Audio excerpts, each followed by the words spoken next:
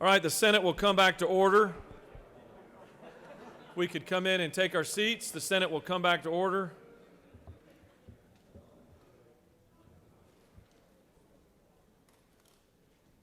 For what purpose does the senator from the 53rd rise? Mr. President, to maintain a fine tradition here in this great body, I would like to present you the ball to throw out the first pitch of the Sine die for 2021. Is that a question? The gentleman from the don't throw it. The gentleman from the 53rd can approach the rostrum.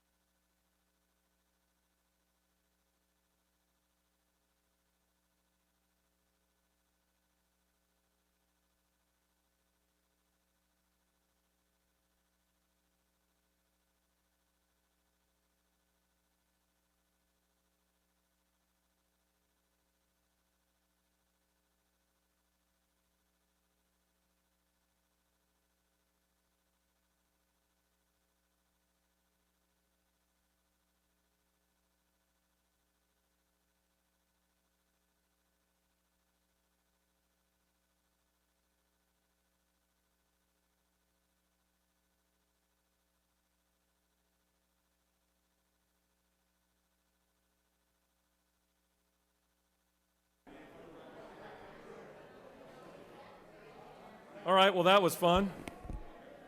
One of these years, I'm not going to throw a strike. I'm going to take out somebody down this side. Could be the dean of the Senate over here. Although you look pretty quick, you could probably... I'd feel better if everybody had a glove down this side.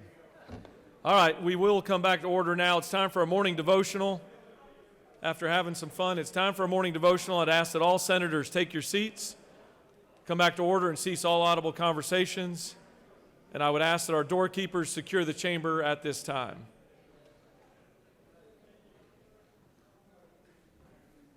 I'd like to recognize our pro tem to lead us in our Pledge of Allegiance and to introduce to us our chaplain of the day.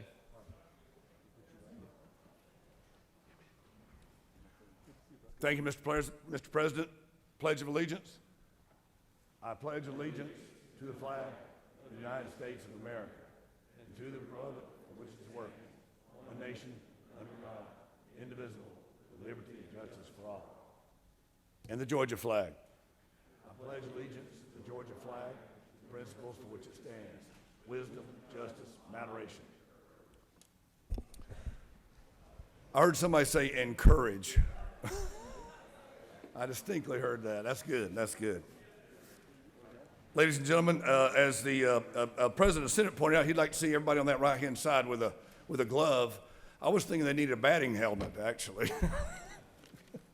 but the catcher tells me he pitched a strike, so that's all good.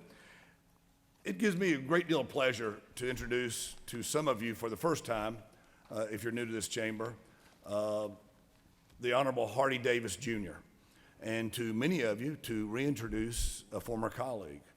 Hardy served in the state Senate, he served in the House of Representatives, and he currently serves in Augusta as Augusta's 84th mayor. He graduated from Hetzibah High School in Richmond County. He attended Georgia Tech, where he got a degree in electrical engineering. He he got his doctorate in ministry from Christian Life School of Theology. He founded and has been the past president of the African American Mayors Association. He serves as a director at large of the Georgia Municipal Association. and he has distinguished himself in public service throughout his life. He's here today with his beautiful wife, Yvette, and at home, their son, Benjamin. And I would ask you to give Hardy your attention, and I'm sure that he will share with you some inspiring thoughts. He's a great friend to many people in this chamber and to the state of Georgia. The Honorable Hardy Davis.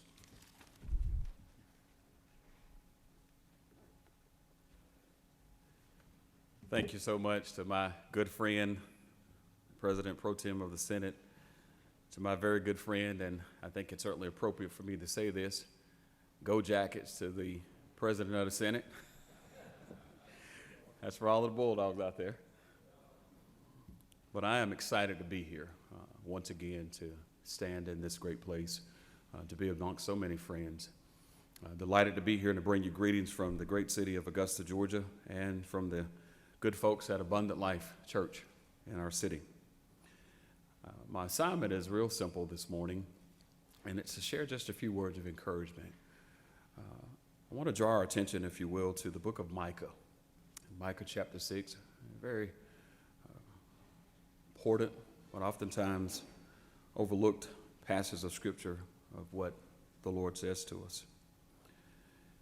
In Micah chapter 6, God, in his unique way of explaining things to us, brings a stinging charge against the people of Israel in the first 7 verses. And then he, in that unique way of exchanging as only God can, he brings us to a question in verse 8. And scripture reminds us, and I read from the Good News translation, this simple question. No, the Lord has told us what is good. What he requires of us is this: it is to do what is just, to show constant love, and to live in humble fellowship with our God. And so for just a few moments, to the members of this august body, as you come this morning and throughout the course of this day to deliberate and do the business of the people of this great state, I charge you with these thoughts. There's a post entitled, "Do God's Will, Not His Work," by Bethany Jenkins. And she writes, in other words, as you think about this passage of scripture, we can work, we can make sandwiches, we can even balance budgets. And in your case today, you can deliberate and debate much legislation that will drive our state's not only present, but our future as well. But the challenge for us is simply this, and that is to do what the Lord requires of us. And I give you these 3 thoughts. The Lord calls us to obey and to follow him, what he has revealed to us in his word, and to trust and to keep his commandments. How can we do that? To do justly, to love mercy, and to walk humbly with our God. It is simply to follow the commands of the Lord Jesus Christ. And in doing so, I urge us today, in what will be a long day, not only a long day, but a day that you are here to think about almost 11 million Georgians, to remember these words. Let's do the right thing and do it the right way today. Let's love mercy by being merciful to others before us. Even in the midst of spirited debate, remind yourself, let me be merciful in all of my efforts. And finally, let's walk humbly with our God, following his lead in life's situations and life circumstances. Because what you do matters. It matters to every single Georgian. And it matters to the good folks of Augusta, Georgia. And so on today, let us do justly. Let us be constant in our love, our affection, our actions, and our attitudes towards one another, because you are here and you matter. And let us always remember to walk humbly before our God. That is what is required of us today and every day forward. Would you stand and pray with me? Gracious God, it is you who we seek after. It is your wisdom, your guidance, and your divine direction that shall lead us not only today, but in the days ahead. And Father God, as we stand in your presence, we are in awe of your majesty and of your loving kindness. May we be examples of what it is to do justly, to be constant in our love as we walk humbly before you and our fellow man. This we pray. Amen.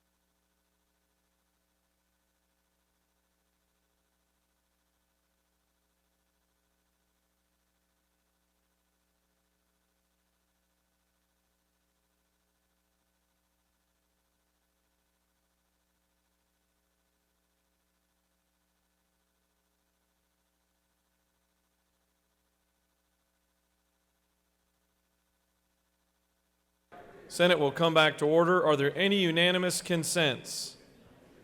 The chair sees none.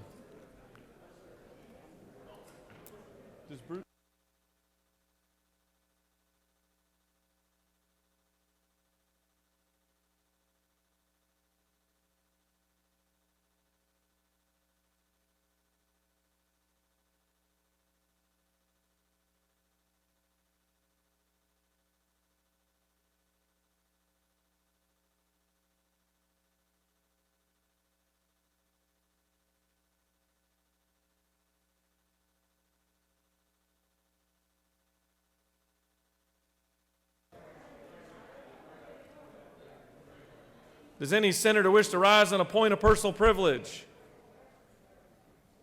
Chair recognizes the distinguished rules chairman for a point of personal privilege.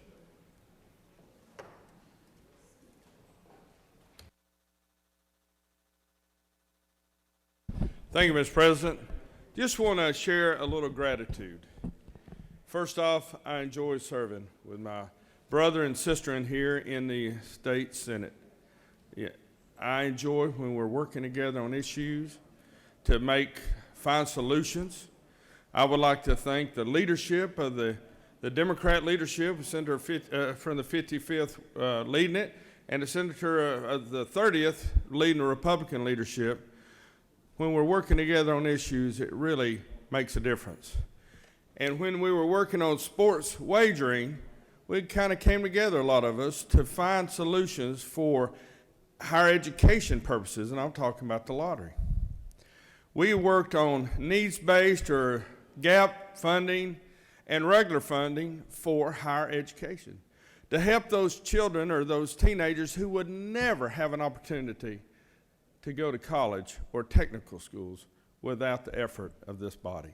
And I am so grateful, Mr. President, and I'm grateful for your leadership as well in allowing us to be flexible and look at our ideas to find ways to help the people of Georgia. But I am disappointed in across the hall. I'm disappointed mainly in the Democrat leadership. I've met with the minority leaders a couple of times, asked to speak to the caucus about sports wagering, and it has fallen on deaf ears. But my real frustration is they are leaving tens of millions of dollars on the table for needs-based gap funding for people who really need it. And the leadership in this body would never do that. Either Democrat or Republican or just all of us, we see the need to help people foster a quality education by funding it, by giving an opportunity. Now, I don't play the lottery. I play the lottery to fund our education. That's the only reason. And I'm grateful. I know the same happens here with y'all, and I only play it when it's worth hundreds of millions of dollars because I want to make sure I'm funding the best I can for those who need it. Thank you. But I am disappointed in the House, the Democrat, for not working with us to find solutions for higher education. I hope things change today. You know, in these days, miracles can happen, and of course they can fall like the Titanic dead in water. So, Mr. President, again, I thank each and every one of my colleagues here. I love all of y'all. Well, I love most of you. Well, I love some of you. Well, at least a couple of you. No, I'm very grateful. I'm proud to be a member of this body and work with each and every one of you. And if I can ever be of service to you, not just here, but anywhere, please let me know. Thank you, Mr. President. I yield the well with a heavy heart and a lot of gratitude for these wonderful people in this body. I am overwhelmed at the number of people that waited to day 40 to have a point of personal privilege, but we will work our way through this list knowing that we've got a tremendous number of important measures still left to debate. The chair recognizes the senator from the 19th for a point of personal privilege.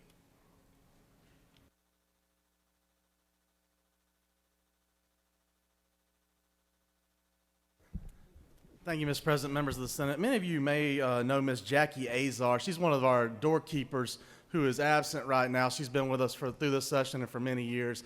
Miss Jackie's the first one to greet you and say hello every morning. She also prays over each one of our desks while we're here and when we're not here. But Miss Jackie's facing some personal battles herself right now. She had some bad news come her way this week, and she's got some other tests that are going to come through later. But I was just asking, I know she's probably watching right now, if you guys don't mind just giving her a little clap and a shout and let her know we're thinking about her.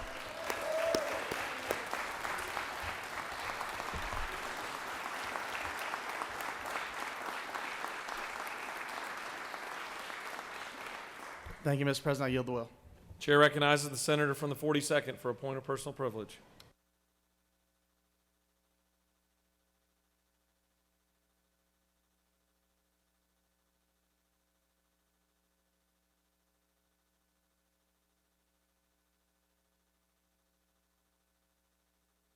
Thank you, Mr. President. Good morning, colleagues. Happy Sunday Day. The recent mass shootings in Georgia and Colorado yet again shone a spotlight on the human cost of America's easy access to guns. In no other country do mass shootings, on top of everyday gun violence, occur on a daily basis. But today I want to talk about one aspect of that: the bloodshed that happens when unsecured deadly weapons fall into the hands of children. I am the author of SB 146, which would allow for the owner of a gun to be charged with a misdemeanor if a child gains access to a gun that the owner failed to secure. SB 146 100% mirrors the law that is on the books in Texas. Every day, children gain access to weapons, most often weapons in their own home. And every day, children and adults alike are injured or even killed because of it. Children as young as 2, as old as 17, have shot their siblings, their friends, their parents, neighbors, classmates, and thousands of times themselves. Unfortunately, we here in Georgia have the 3rd highest rate in the country of fatal firearm accidents involving children. In 2019, 6-year-old Millie Drew Kelly of Paulding County was killed when her 4-year-old brother found a gun in their family's car console. In 2016, 3-year-old Holston Cole, also of Paulding County, accidentally killed himself after pulling a gun out of a backpack. These are just 2 recent examples. 3-year-olds and 4-year-olds don't understand the danger of guns. They're inquisitive, and it is the responsibility of the adults around them to keep them safe. Sadly, we also can't talk about kids and guns without talking about suicide.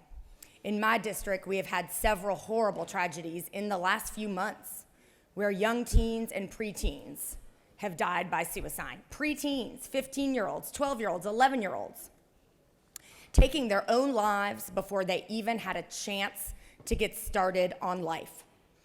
Suicides among young people are increasing at a shocking rate. Nearly 3,000 such children die by firearm suicide each year, and the rate has increased 42% over the last decade, with a 114% increase in the last decade. A 2019 study by the American Journal of Preventive Medicine concluded that the proportion of homes in a state that contain firearms is the best predictor of a state's youth suicide rate. Many parents believe that the kids don't know where the guns are. They think their kids don't handle the guns. And unfortunately, that is not true. And adopting a negligent firearm storage law like many other states would not impede any Second Amendment rights. We talk a lot about the rights of law-abiding, responsible gun owners. And this bill would be the epitome of responsible gun ownership. Thank you, Mr. President. I yield the will. Chair recognizes the senator from the 8th for a point of personal privilege.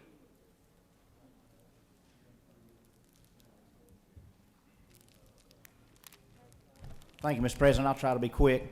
6 years ago, I was on the farm in the blueberry field and got a call from my wife, and she was hysterical. She said something was wrong with my son. And so I, got there as fast as I could, and I got there, and she was on the side of the pool with my son. He was on his back, and his eyes were rolled back in his head, and he had white foam coming out of his mouth, and he was unconscious. We didn't know it at the time, but lightning had struck the pump house and blew out all the wiring and the fuse boxes and went through the wiring going to the pool and blew the lights out in the pool. And when he jumped into the pool, he got electrocuted. And so, the EMTs came and the helicopter came and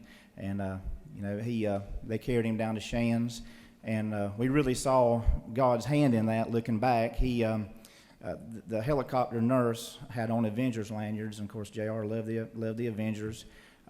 His when he woke up for just a minute at Shands, and he knew who I was, but he didn't know who his mother was, and he went back to sleep, I would call it, and kind of like a coma, and he wouldn't wake up. But they transferred him to Wolfson's, and his pediatrician at Wolfson's name was Rustin Buffington. And of course, my full name is Rustin. I've never met another Rustin in my life. And anyway, JR made a full recovery. We got him back home. We were home about 10 minutes and got a call from the nurse who was on the helicopter, and he said, I want to, I normally don't call about patients, but JR being a young person, I wanted to call and see how he was doing. And so anyway, I kind of shared with him a little bit about, some of the things that we saw God's hand in it. And he said, well, I've got one better for you. My dad died in 1998, but he was a field medic in the 101st Division Airborne in Vietnam. And when he wasn't out on missions, he would be at the tent hospital and get the patients off of the helicopters and soldiers. And so this nurse said, I've got one better for you. He said, when the helicopter landed at Shands, one of the first nurses that was there that helped us get JR out of the helicopter, his name was John Goodman. And my daddy's name was John Goodman, and my son's name is John Rustin Goodman. And today, God worked a miracle in his life, and today is his 17th birthday. And so I'm just wanted to, share that with y'all. And in light of everything that we've been through with our pandemic that we've been going through the last year, and I know for a fact if it was not for the first responders, I wouldn't have my son. And, to all our healthcare workers and first responders who have led us throughout this pandemic, thank you. You are all indeed great Americans, and it's my honor to serve you all as well. Mr. President, I yield the will. Chair recognizes the minority leader for a point of personal privilege.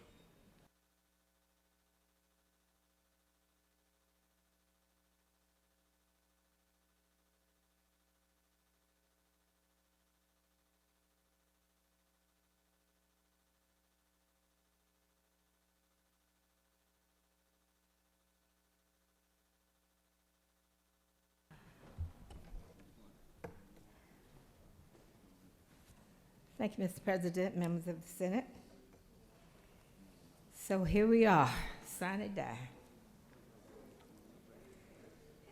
And I have to say that I am so proud of some of what we have accomplished together this session.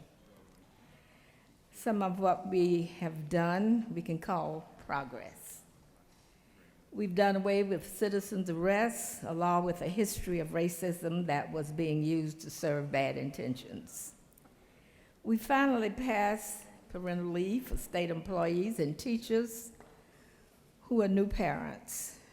It's a start towards giving much needed support to families, and I hope we can do more. We've expanded protections to stalking victims and sexual assault crimes victims. We have restored some funding to departments like health and education that were hard hit by budget cuts in the COVID pandemic. Another area where I hope we can do more. We have been diligent to protect our members and our families, safe from illness, and managed to carry on throughout the session, doing the people's work under these difficult circumstances. I want to thank the Lieutenant Governor for his willingness to listen to my concerns and act on them. The Senate leadership, the minority leadership, and I have to give a shout out to our Rules Chair that at all times was willing to work with me on different issues. And I want to thank the Capitol staff for their efforts to keep us safe and allow us to continue our work. But it's hard not to feel that with this excellent progress, that we are not taking one step forward and two steps back. I feel the good work we have done here is overshadowed in many people's minds by the backward steps. It doesn't have to be that way. The give and take of this chamber is starting to feel to many of us and to the people back home as no give and all take. In a matter of days, we saw bills passed that would limit voting rights and expand gun rights. This is wrong. This is the wrong direction for our state, and the people at home are watching.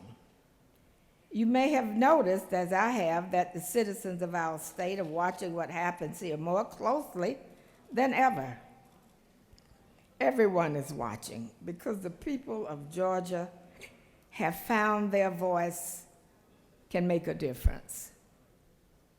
They are watching, and they will remember when they try to drop a ballot off at a drop box and find it gone.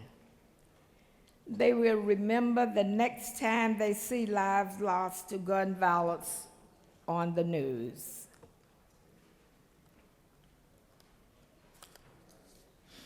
And when they lose their job and don't have health insurance, they will remember that we failed to expand Medicaid one more time. That's why it doesn't do any good to try and hold early morning hearings or sign bills behind closed doors. When Democrats are in the well and Republicans leave the room, the public see that I see it too, and it makes me wonder what you must think of the people I represent. One more second. As we go forward, today and in future sessions, we must include as many voices as we can. Our priority should be as inclusive as we can be. It can't be about keeping people out, whether they be in this building or from larger systems. Georgians from one district in this state are not more important than in another district. Our policy decisions should be about supporting and helping as many Georgians as we possibly can. The less we listen to Georgians' voices inside these walls, the louder they have grown outside. We should serve ourselves well to listen to them. Thank you, Mr. President. I yield the well. Thank you, Senator. Chair recognizes the senator from the 14th for a point of personal privilege.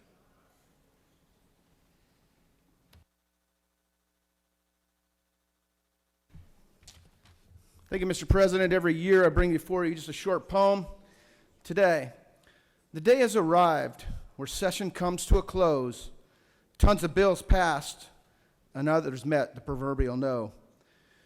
We have many new senators that made Georgia so proud, some very articulate and clever, and at least one witty and loud. When we return back to our districts, to our family and friends, I pray you protection and safety, and our colleagues to continue to mend. My hope is we unite as a state and come together as one. So much to celebrate is why we have won. With that, Mr. President, I wish a happy birthday to my friend from the 16th in just a few days. Thank you. Chair recognizes the senator from the 9th for a point of personal privilege.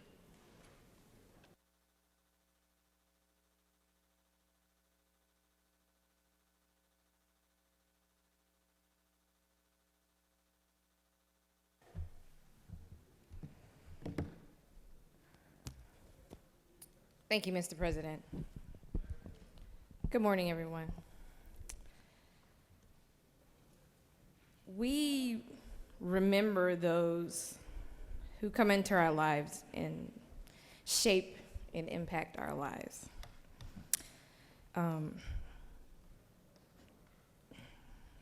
Mine was my Uncle Major Bledsoe. I didn't grow up with my dad, but he was the closest thing that I had. He was a real Renaissance man. He taught me science and art and music. I am the geeky sci-fi woman I am today because of him, because he taught me these things. He exposed me to these things at a young age. He was a scientist himself. He was born in 1956, and, you know, for a black man growing up in that era, you know, to be what he was, you know, the artist, and the, you know, he was a photographer. I still have one of his photos in my home.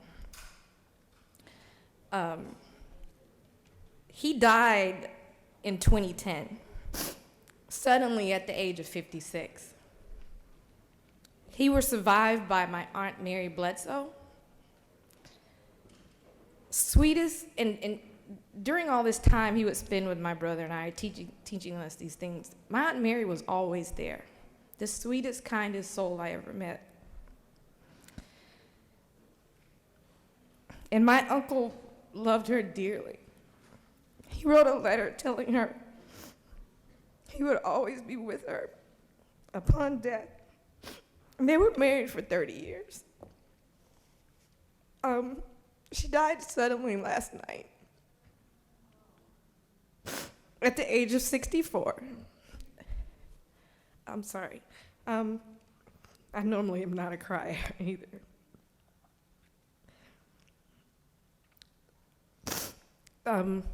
They're survived by 3 children.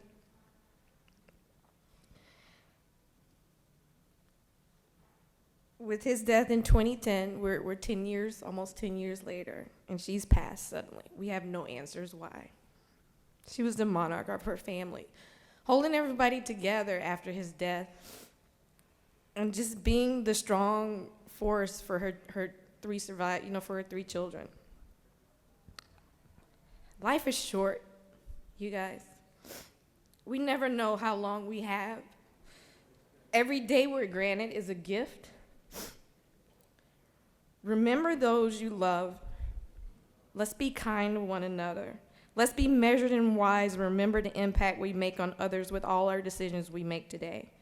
And Mr. President, I ask for a moment of silence for my Aunt Mary Bledsoe. Senators asked us to rise and offer up a moment of silence.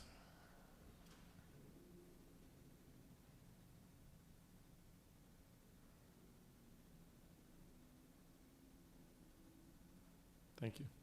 Thank you, everybody. Chair recognizes the senator from the 23rd for a point of personal privilege.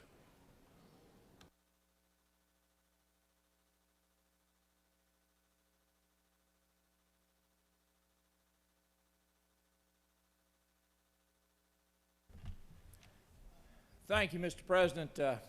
Extend my condolences to the senator from the Nix family. As we conclude Women's History Month, I'd like to recognize a remarkable woman who was a pioneer in health care in southeast Georgia. Edith Claire Nix was born in the early 1900s in Gwinnett County. Her early childhood was idyllic for the era. She was the only daughter of a family of means. Her father was an attorney, a solicitor, a member of the Georgia House of Representatives. Things became more challenging when her mother, Pauline, died when she was only 10. But with the support of her father and her stepmother, Edith Claire Nix enjoyed the privilege of a quality education.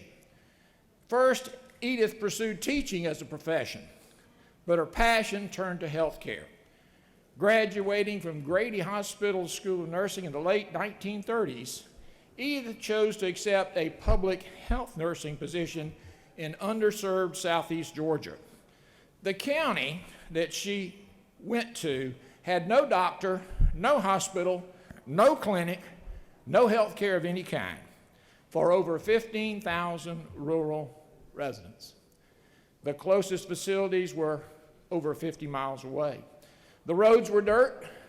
The farmers used mules to eke out a subsistence living.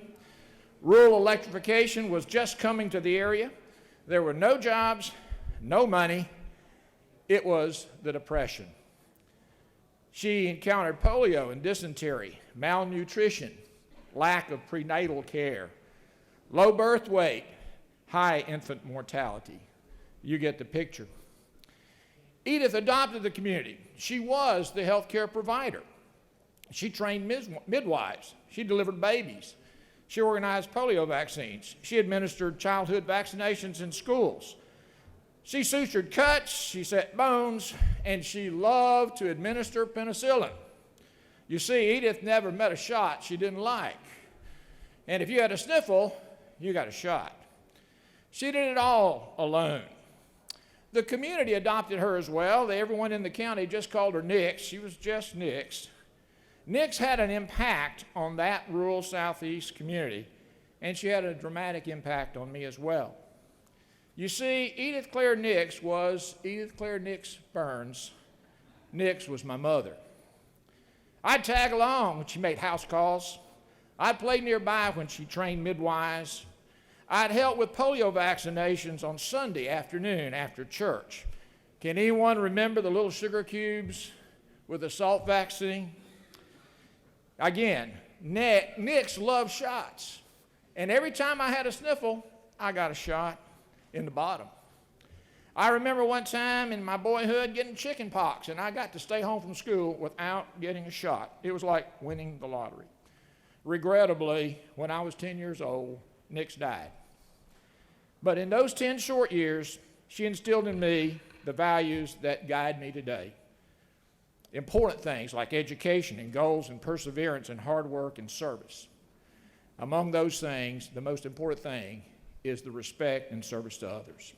I'd like to recognize Edith Claire Nix Burns, registered nurse, Scriven County, Georgia, from 1942 to 1959. Thank you, Mr. President. I yield the well.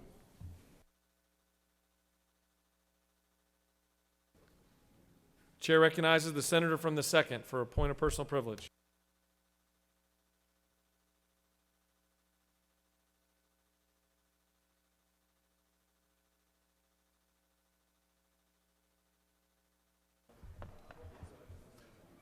Thank you, Mr. President. This morning I rise to recognize the students at Savannah Country Day School class of 2028.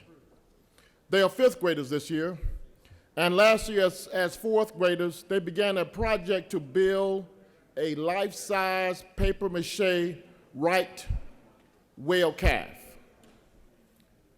But because of the pandemic, they had to put this project on hold in order to quarantine.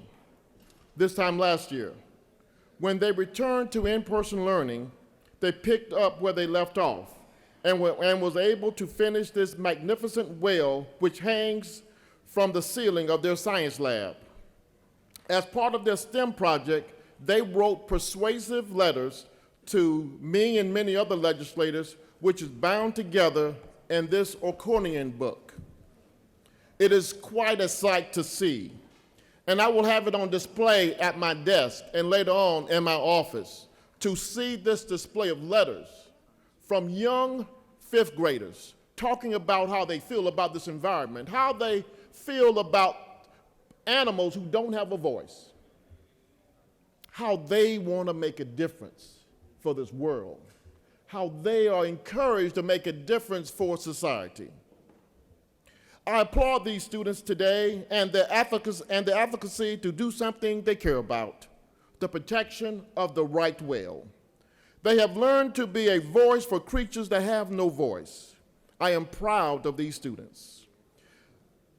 I'm proud of them because they're making a peaceful movement for a peaceful statement for social change, for the protection of our environment, for the protection of those who don't have a voice. I will let them know that their voice will be heard and they will be remembered. I pledge to all of them that all of us in the Georgia State Senate will continue to keep the right whale in mind as we draft legislation today and next year. So I say thank you to the 5th graders, to the students of Savannah Country Day School, class of 2028. Thank you for being involved. Thank you for your willingness to make a difference. So the class and young people everywhere, stay involved because peaceful movements begin somewhere, and it begins in your heart. Thank you. I yield the will. Chair recognizes the senator from the 29th for a point of personal privilege.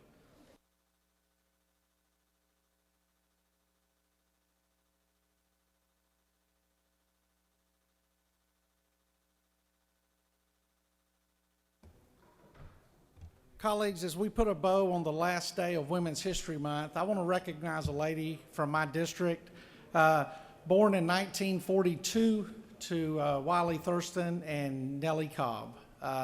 Their daughter Elizabeth, along with their 7 other children, lived in Harris County.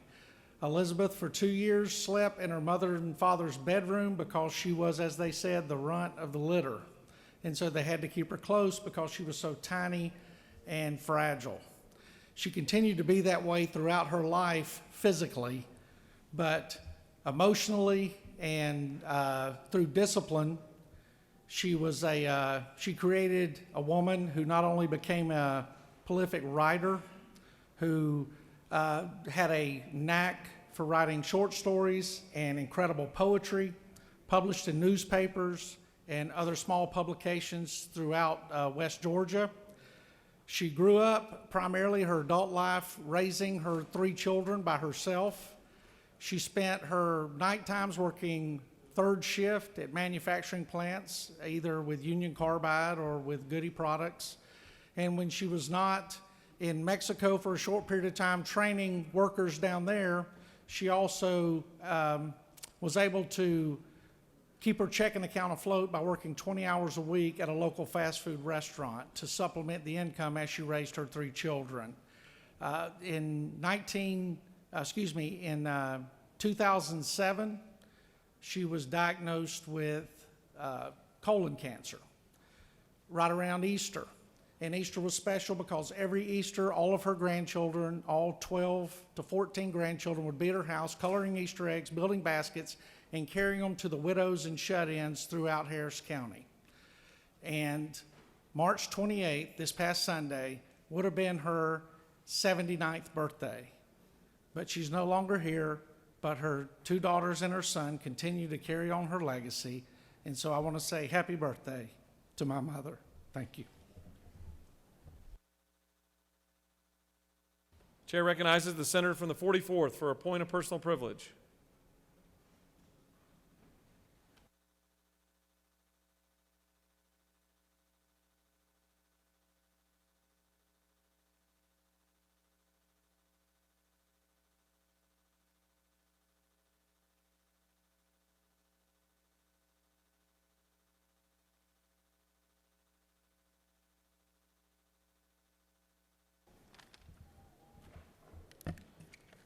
Thank you very much, Mr. President. This has been a very interesting legislative session under the Gold Dome. A flurry of voter suppression bills were introduced, and because people protested and spoke out against them, and legislators spoke out against provisions in committees, some of these egregious parts of the bill were stricken. One of the most egregious actions was in a compensation bill in a committee where senators tried to be judge and jury, a bill brought by a Black female legislator. I go on record today to stand with Black Lives Matter. I stand with Representative Park Cannon, a colleague in the General Assembly, a young Black legislator. And then I stand with Black ministers today who are here to stand with legislators and are here at the Capitol today to call for freedom, justice, and equality. Some senators in here have a good heart and are good people, but some are not. We have to face the fact that a lot of people are racist, and you can't change them. Let me remind you, if you are tired of hearing about racism, imagine how tired some people are of experiencing it. Mr. President, I yield the well.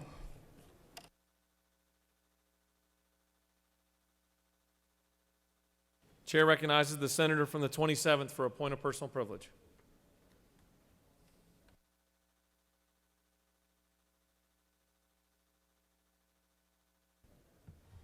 Good morning, Mr. President, members of this chamber. You know, Lord willing, each one of us will be back here next year. Well, one of us will not, and I want to take a minute and honor somebody that will not be with us next year. And this person is a friend of mine, a friend of all of ours in the chamber. His name is Mike Dudgeon. And Mike was trained well in the House. Before he was trained in the House, he was trained in the Forsyth County School Board. And I can say personally, Mike has been a friend, a mentor, a colleague to me. And I have seen so many members of this chamber embrace Mike as he has served Lieutenant Governor's office and done so quite well. You know, when Mike walks into a room, pretty much without exception, he walks in the room with the highest intellect and highest IQ of anybody in the room. That's a God-given trait. There's nothing he really can take credit for there.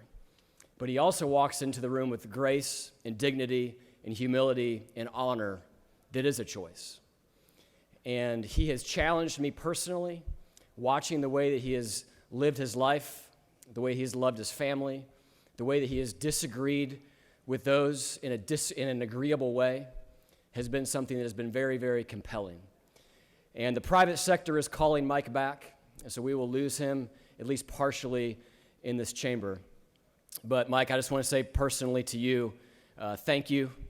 Thank you for the way you've served our state. Thank you for the way you've served our community. And thank you for the way you've served each one of us. Thank you, Mr. President. I yield the will.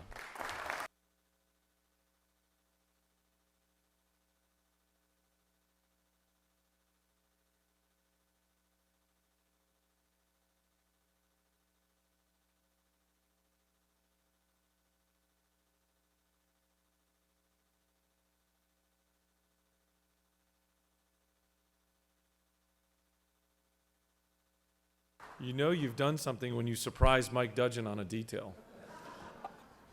Senator, I couldn't echo those comments any more. Mike Dudgeon has been an incredibly good friend of mine going back before I even was in elected office. We served together in the House. And it's individuals like that make us all better. It doesn't mean we agree on every issue, but it makes us all better. And when we stick to facts and figures as we deliberate this process, we remove ourselves from partisan corners and just live in the facts and figures. I believe that's what an overwhelming majority of our districts and this state wants us to do on the big issues. And so thank you, Mike, from the bottom of my heart and from my family's heart. And echo your statements. And when I ask my kids who's the smartest person Dad knows, they all say Mike Dudgeon. So thank you very much for that. They do not say the senator from the 53rd.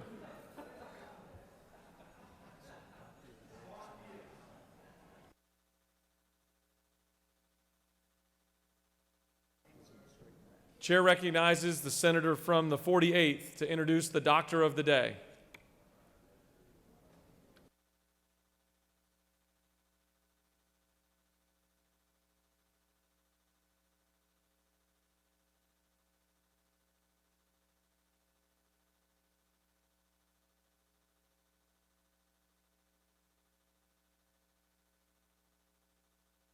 Sorry, I'm pinch hitting on this one. Today, I'm pleased to introduce our doctor of the day, who's Ms. Delphine Head. She's a family practice primary care physician with the Southeast Permanente Medical Group. She chose family medicine because she enjoys developing relationships with her patients and treating generations of families. Dr. Head received her medical degree from the University of South Alabama College of Medicine and completed her internship and residency through the Morehouse School of Medicine.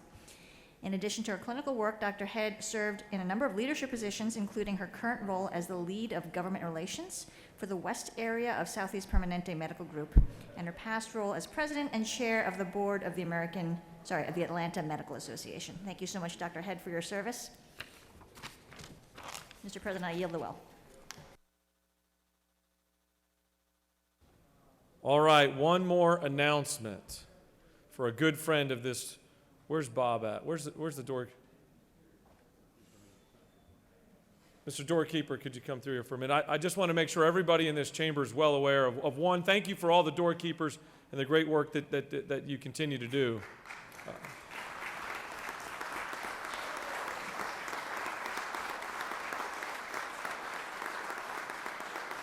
But I would be remiss if I didn't let this august body know that today's your birthday. Happy birthday.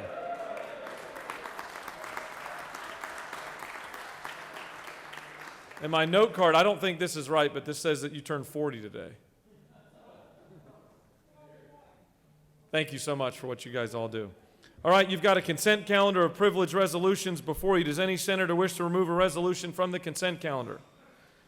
Is there objection to adoption of the resolutions on the consent calendar?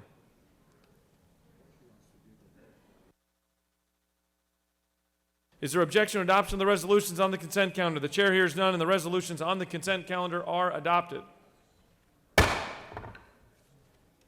Are there any motions to withdraw and commit? The chair sees none.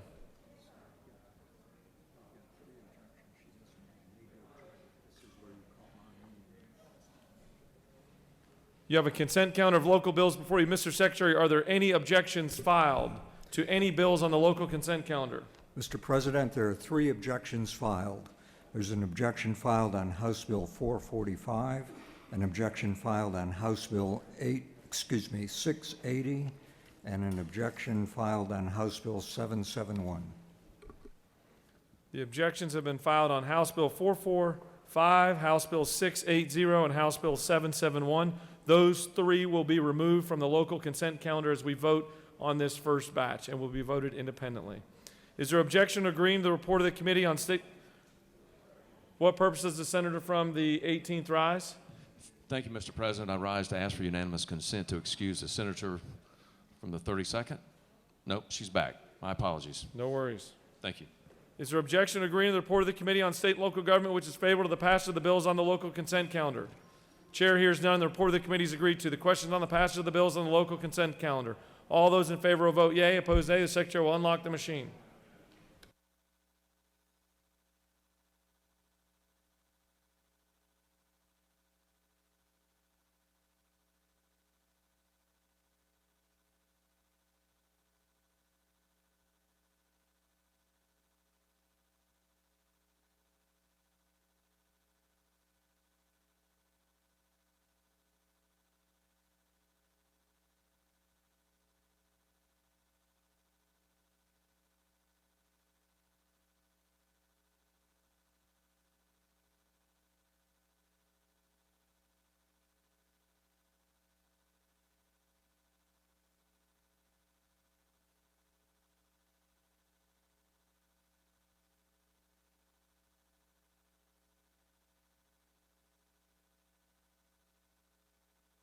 Have all senators voted?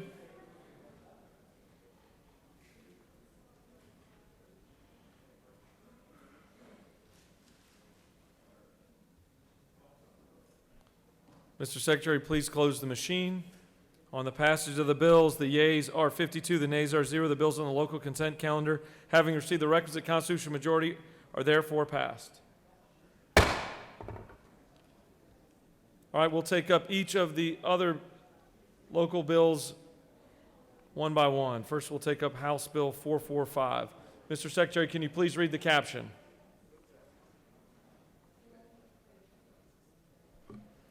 House Bill 445 by Representative Bruce of the 61st and others, a bill to be entitled an act to amend an act to incorporate the city of South Fulton in Fulton County, Georgia, approved April 26, 2016, as amended so as to change the corporate boundaries of the municipality and for other purposes. The Senate Committee on State and Local Government recommends that this bill do pass by substitute. Respectfully submitted, Senator Anderson of the 24th Chairman. State and Local Governmental Operations offers the following substitute to House Bill 445, a bill to be entitled an act to amend an act to incorporate the city of South Fulton in Fulton County, Georgia, approved April 26, 2016, as amended so as to change the corporate boundaries of the municipality and for other purposes. This completes the order, Mr. President. For what purpose does the senator from the 56th rise? Mr. President, I'd ask unanimous consent that we table House Bill 445. The senator from the 56th has asked for unanimous consent for House Bill 445 to be placed on the table. Is there objection? There is objection. All those in favor of placing House Bill 445 on the table, vote yea. Opposed, nay. The Secretary will unlock the machine.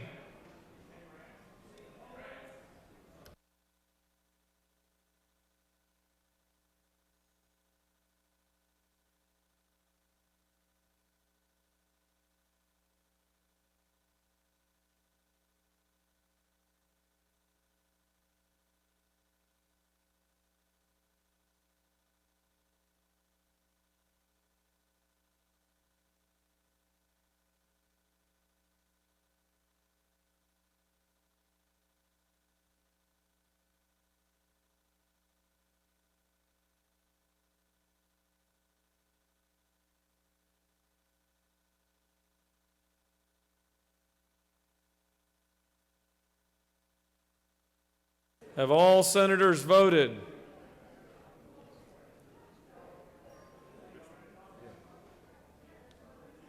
Have all senators voted?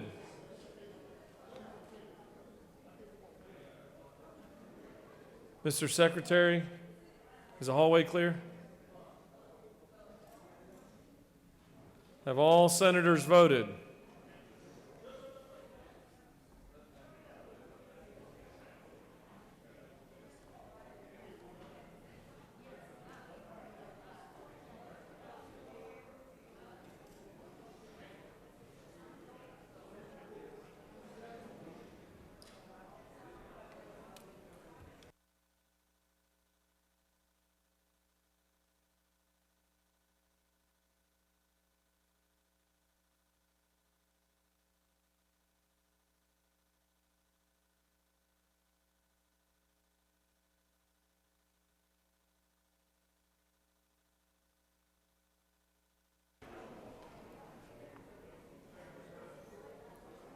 Mr. Secretary, will you please close the machine?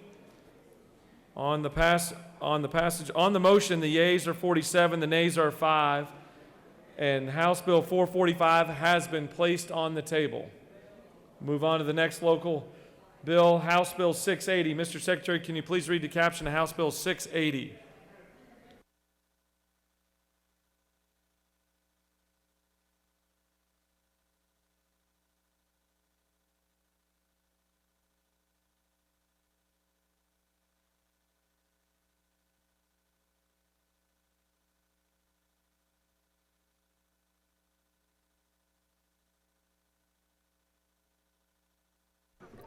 House Bill 680 by Representative Green of the 151st, a bill to be entitled an act to amend an act creating the Board of Commissioners of Stewart County, approved April 4th, 1996, as amended, particularly by an act approved April 4th, 1997, so as to revise provisions relating to purchases and bids and for other purposes. The Senate Committee on State and Local Government recommends that this bill do pass. Respectfully submitted, Senator Anderson of the 24th, Chairman. This completes the order, Mr. President.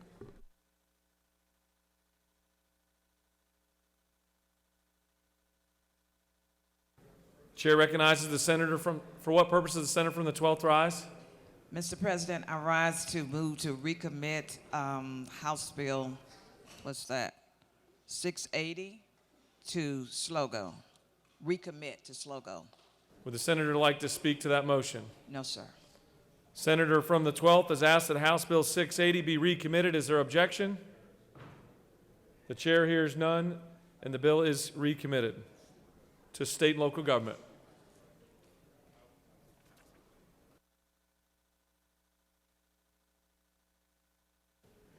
We'll move on to the next bill, 771, House Bill 771. Mr. Secretary, can you please read the caption?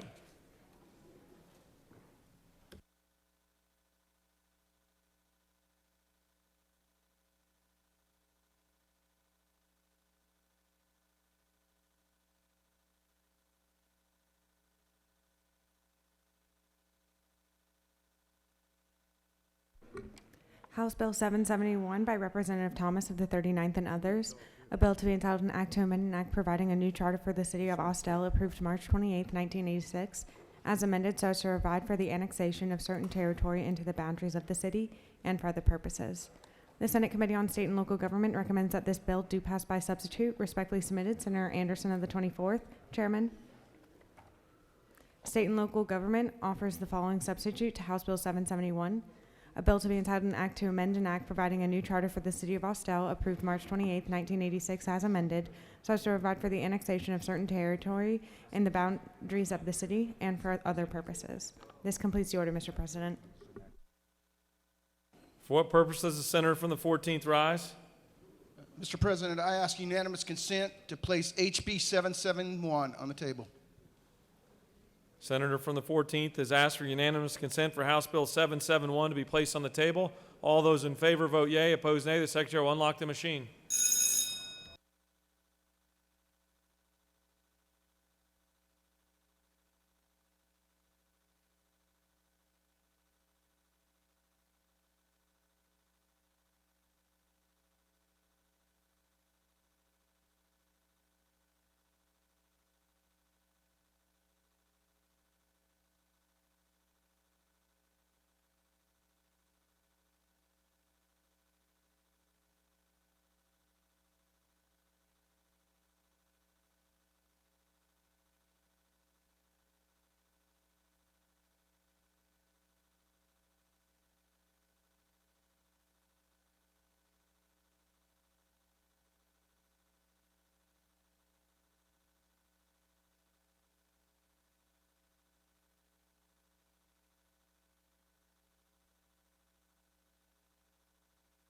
Have all senators voted?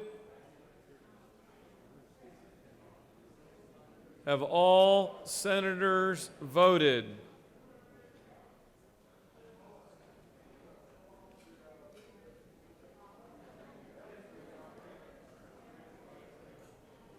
Mr. Secretary, please close the machine. On the motion, the yeas are 53, the nays are 0, and the motion has carried, and House Bill 771 has been placed on the table.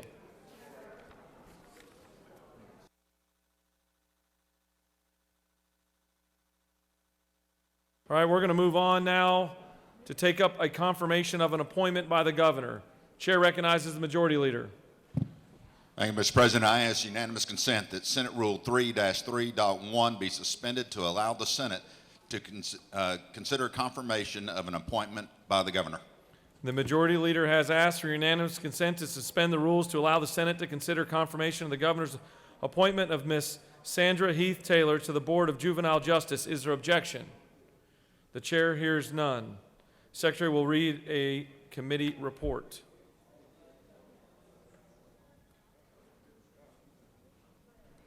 Mr. President, the Senate Committee on Assignments has had under consideration the appointment made by the governor that requires Senate confirmation and has instructed me to report the same back to the Senate with the following recommendation: that the appointment of Ms. Sandra Heath Taylor of Troup County to the Board of Juvenile Justice be confirmed.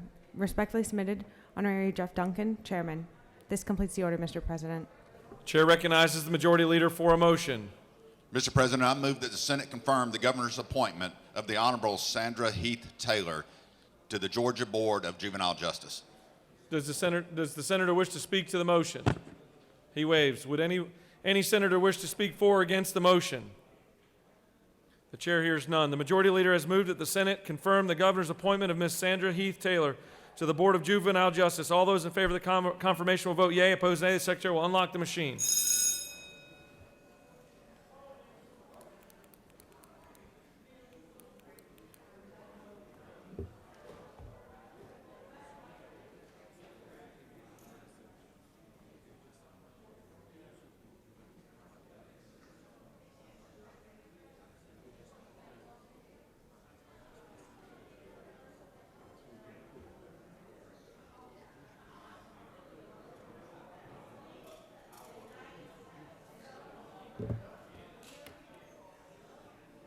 Have all senators voted?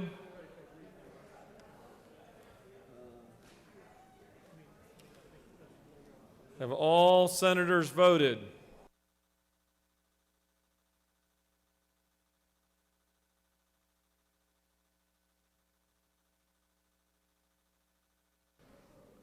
Ms. Secretary, please close the machine. On the confirmation of the governor's appointment, the yeas are 52, the nays are 1, and Ms. Sandra Heath Taylor is confirmed. All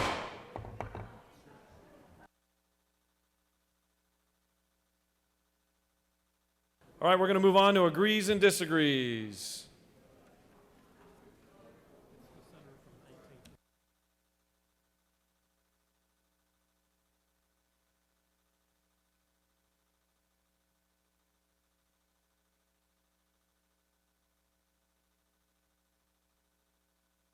Chair recognizes the senator from the 14th for a motion. Thank you, Mr. President. I move that the Senate agree with House Bill 42. Ms. Secretary, will you please read the caption?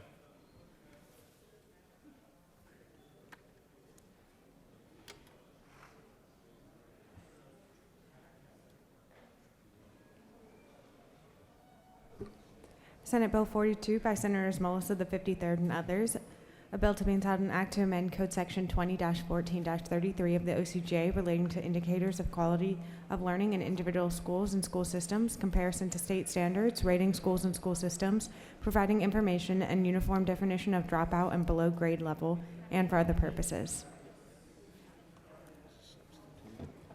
The House offers the following substitute to Senate Bill 42, a bill to be entitled an act to amend Title 20 of the OCGA relating to education so as to authorize home study students in grades 6 through 12 to participate in extracurricular and interscholastic activities in the student's resident public school system and for other purposes.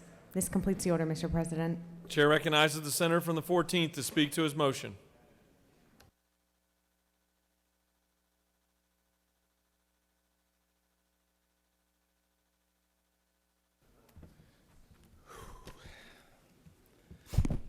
Thank you, Mr. President. Good morning, colleagues. Senate Bill 42 originally addressed including data and information regarding student discipline to be included in the annual DOA report as well as published electronically in each local school or school system. It's a great bill because it highlights transparency, but it's more importantly, it's serving as a vehicle for another piece of legislation that is not only important to our state, but dear to me. You see, I began this crusade known as the Tim Tebow Bill to allow homeschooler children access to extracurricular activities for many years, dating back to the late Rules Chairman, John Meadows. He and I worked closely as we co-sponsored that bill and engaged the Georgia High School Association on a few items, including this subject. The following year, I co-chaired a study committee that introduced me to a very strong advocate for the homeschool community. Her name is Karen Durnovich. For those new to our body, this legislation has many lessons to learn. First, perseverance and determination will ultimately prevail if you remain steadfast in your resolve and committed to the mission you believe in. Next, be willing to compromise as you try to unite people. Good Lord, we're so divided in our state right now over issues, it's sometimes hard to realize that some issues transcend many of the partisan boundaries that we exist. I don't mean to compromise your core principles, but listen to those that may have concerns and seek to address them as best you can. Negotiation is a part of our role as legislators, and rarely do we get everything in a bill we originally set out to pass. The old adage that we should never allow great to become the enemy or stumbling block for good. The public schools and Georgia High School Association had some very real concerns as we worked on this legislation over the past 5 or 6 years. But a shout out to Dr. Robin Hines from Georgia High School Association that committed to seek common ground with each of us as we eventually agreed on this piece of legislation. After all, ladies and gentlemen, we're in a relationship business. And without a relationship with fellow members on both sides of this aisle, things collapse. And sometimes they become personal.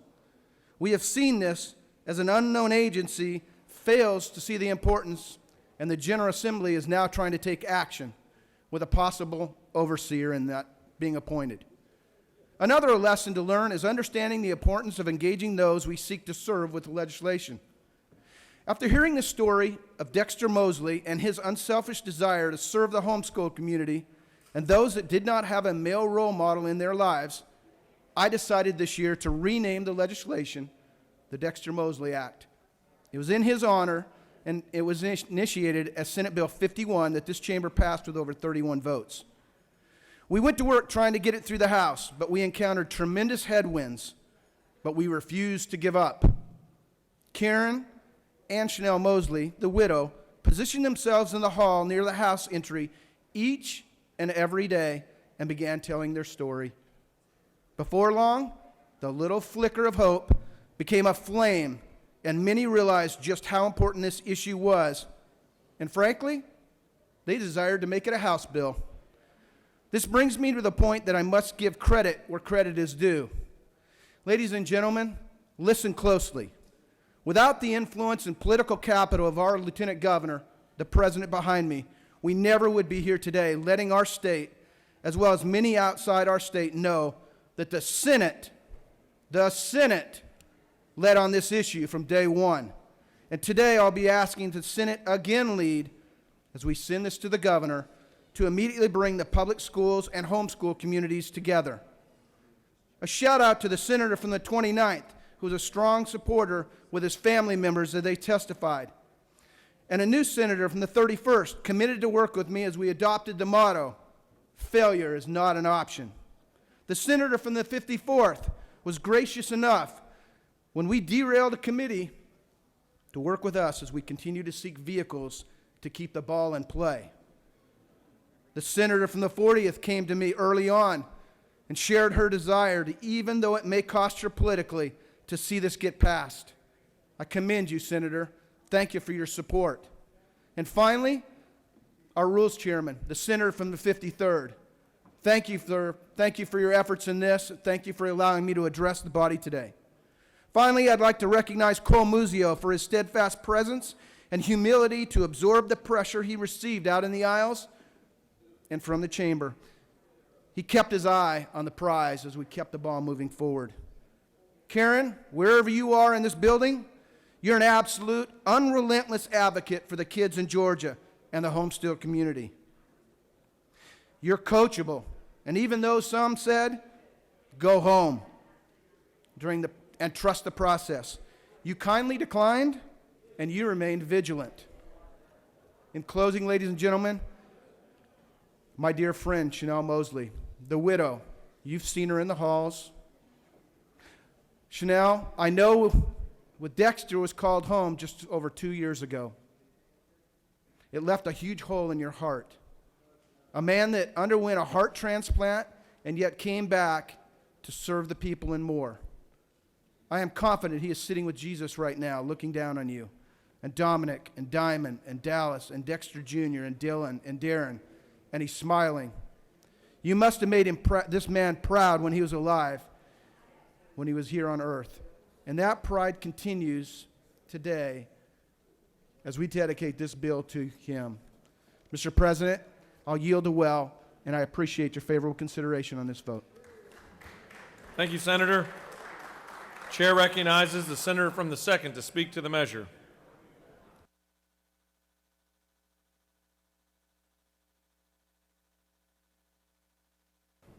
Thank you, Mr. President, members and colleagues. I urge caution as you vote on Senate Bill 42. I urge caution. As I call around the state, principals around this great state, superintendents around this state, they resonate this word, this sentence right this. We cannot manage this logistically, allowing students who are not enrolled in our traditional public schools to enter.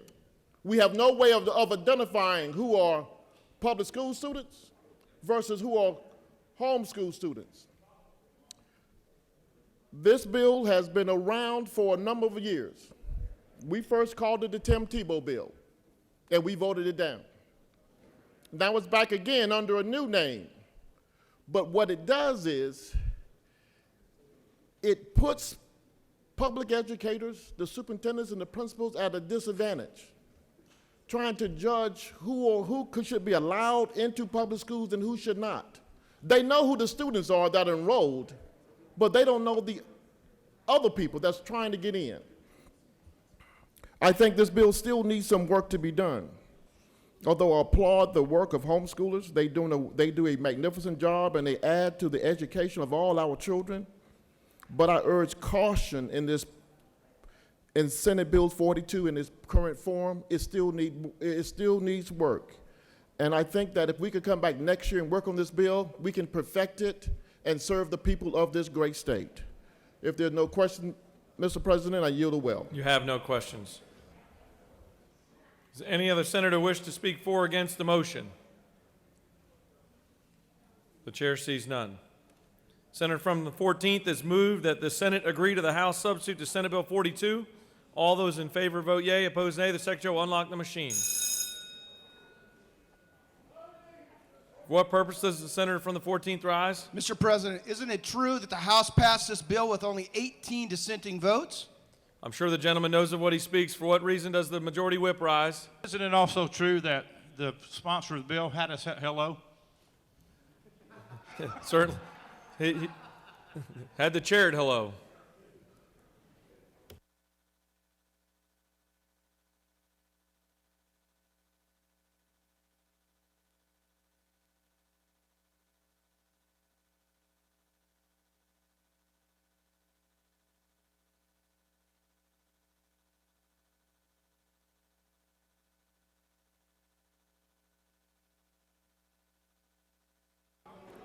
Have all senators voted?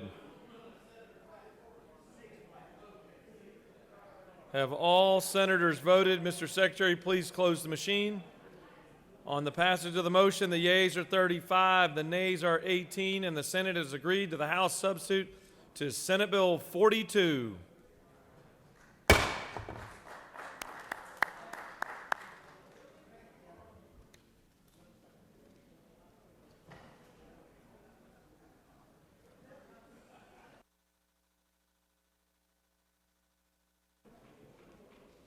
Chair recognizes the senator from the 17th for a motion. Mr. President, I move that the Senate agree to the House substitute to Senate Bill 107. Ms. Secretary, can you please read the caption? Senate Bill 107 by Senator Strickland of the 17th and others. A bill to be entitled an act to amend Article 12 of Chapter 3 of Title 20 of the OCGA relating to post-secondary education grants for foster children and adopted children, so as to provide for the waiver of tuition and all fees, including mandatory rooming and board fees, for qualifying foster and adopted students by units of the University System of Georgia and the Technical College System of Georgia, and for other purposes. The House offers the following substitute to Senate Bill 107, a bill to be entitled an act to amend Title 20 of the OCGA relating to education so as to provide for in-state tuition at units of the University System of Georgia and the Technical College System of Georgia for youth who are from homeless situations, and for other purposes. This completes the order, Mr. President. Chair recognizes the senator from the 17th to speak to his motion. Thank you, Mr. President. Senate Bill 107 that passed unanimously dealt with tuition waivers for foster kids in our state. The House made one change that you'll see on lines 32 through 63, lines 96 through 99, and 204 through 209. They defined what it means to be a homeless person in our state when it comes to residency. And so it's a definition that we now have in our code. So someone that is homeless in our state, based on the definition they put in here, would still qualify for in-state tuition. And I think they did it in a way that clearly defines what it means to be homeless, and make sure there are protections built in, and make sure at the same time that we do actually help those people out who don't have a place to live in our state when it comes to going to college. I'll be happy to take any questions, Mr. President. You don't appear to have any questions. I ask for favorable consideration. Any other senator wish to speak for or against the motion? The chair sees none. The senator from the 17th has moved that the Senate agree to the House substitute to Senate Bill 107. All those in favor vote yea, opposed nay. The secretary will unlock the machine.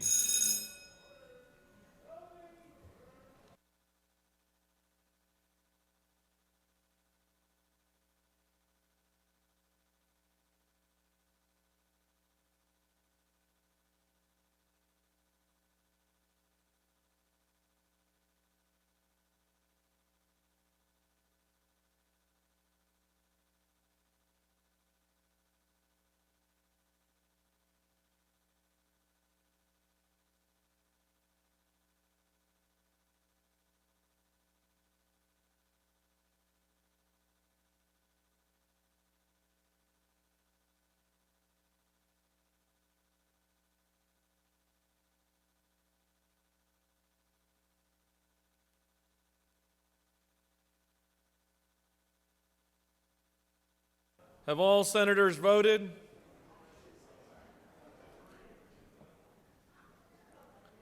Have all senators voted? Ms. Secretary, please close the machine. On the passage of the motion, the yeas are 53, the nays are 0, and the Senate has agreed to the House substitute to Senate Bill 107. Great work. That is great work. Chair recognizes the senator from the 53rd, our distinguished rules chairman, for a motion. Thank you, Mr. President. I move that the Senate agree to the House substitute of Senate Bill 81. Ms. Secretary, please read the caption. Senate Bill 81 by Senators Mullis of the 53rd and others. A bill to be entitled an act to amend Code Section 20-4-37 of the OCGA relating to the official Office of College and Career Transitions and powers and duties so as to change the name of the Office of College and Career Transitions to the Office of College and Career Academies, and for other purposes.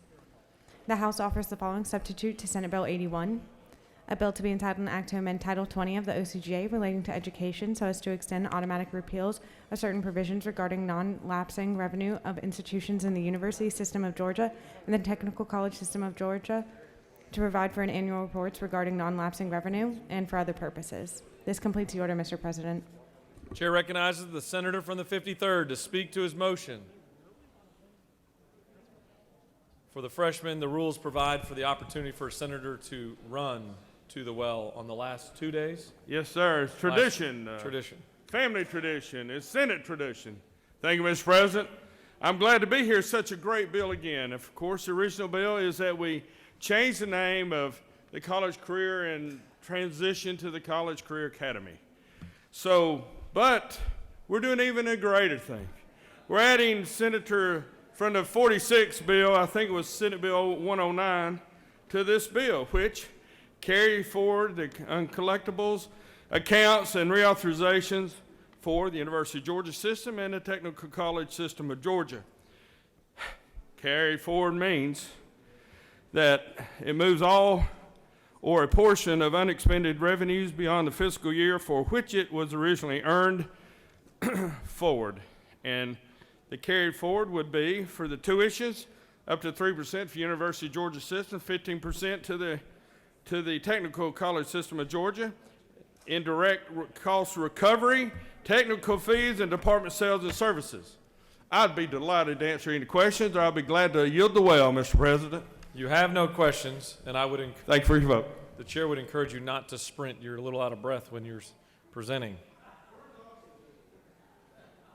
Does any other senator wish to speak for or against the motion?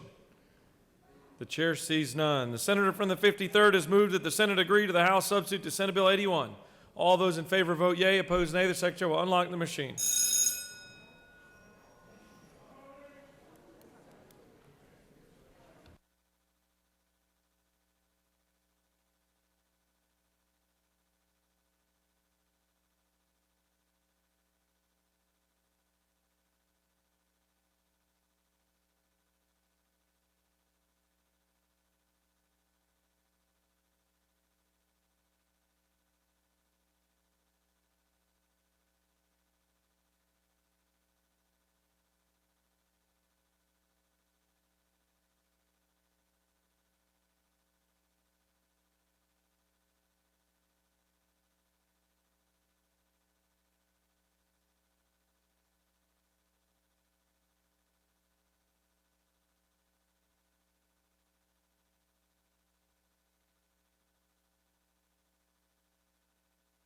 Have all senators voted?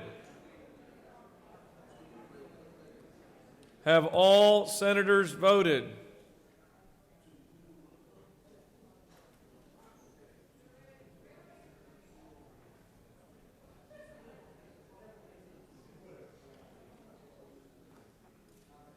Mr. Secretary, please close the machine.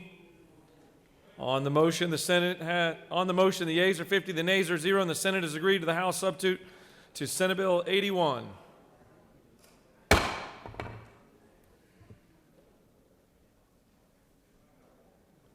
Chair recognizes the senator from the 15th for a motion.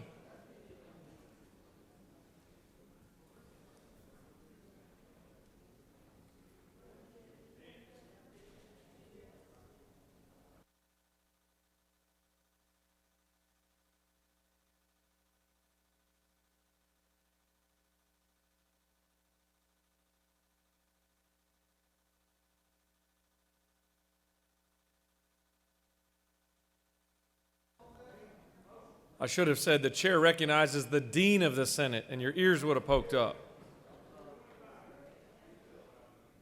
For a motion. Thank you, Mr. President. I move that the Senate agree to the House substitute to Senate Bill 225. Mr. Secretary, will you please read the caption? Senate Bill 225 by Senators Harbison of the 15th and others. A bill to be entitled an act to amend Article 3 of Chapter 2 of Title 40 of the OCGA relating to prestige license plates and special plates for certain persons and vehicles so as to provide for a veteran's license plate to individuals who served in the armed forces for an ally of the United States during active military combat and for other purposes. The House offers the following substitute to Senate Bill 225. A bill to be entitled an act to amend Article 3 of Chapter 2 of Title 40 of the OCGA relating to prestige license plates and special license plates for certain persons and vehicles so as to provide for a veteran's license plate to individuals who served in the armed forces for an ally of the United States during active military combat and for other purposes. This completes the order, Mr. President. Chair recognizes the Dean of the Senate to speak to his motion. Thank you very much, Mr. President and members of the Senate. This is a simple bill, as they say, and seriously, this is a good bill for our military folks, specifically in this instance, our Korean allies who fought with us in various wars, including Korea and Vietnam. And what happened in the House, they did some just grammatical corrections and moved it forward and changed one word, I believe, from county to country to make it adequate and applicable to the allies that we serve with in combat. If there are no questions, Mr. President, I move approval. I yield the well. You have no more questions, or you have no Thank you. questions? That's why you're the Dean of the Senate. You answer the questions with your floor presentation. Any other senator wish to speak for or against the motion? The chair sees none. Senator from the 15th has moved that the Senate agree to the House substitute to Senate Bill 225. All those in favor vote yea, opposed nay. The Secretary will unlock the machine.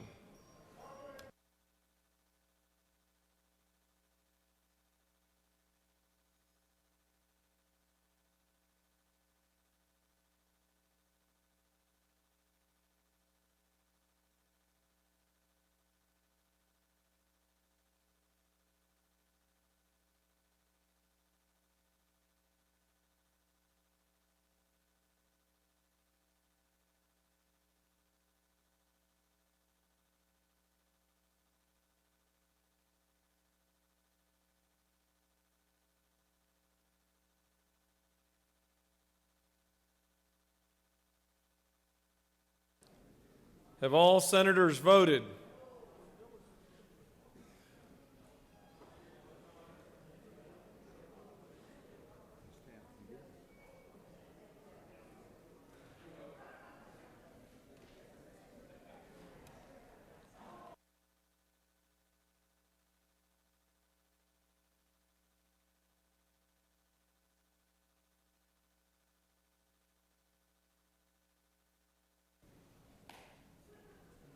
Have all senators voted?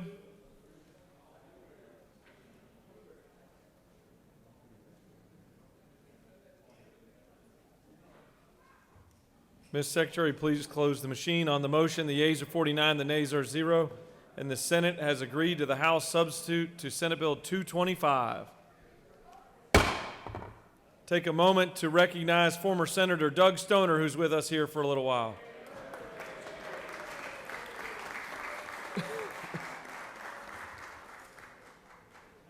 Don't you miss day 40?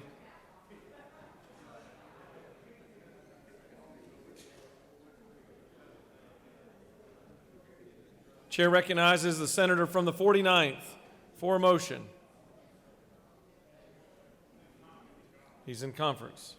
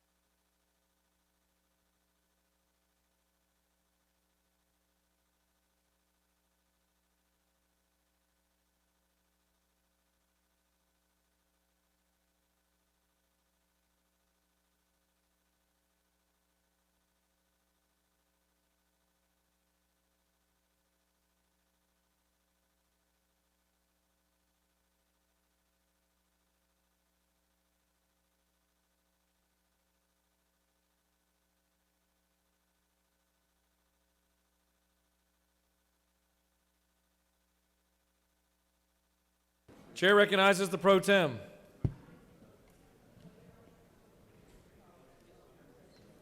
For a motion. Mr. President, I move that the Senate agree to the House substitute of Senate Bill 117. Mr. Secretary, will you please read the caption? Senate Bill 117 by Senators Miller of the 49th and others.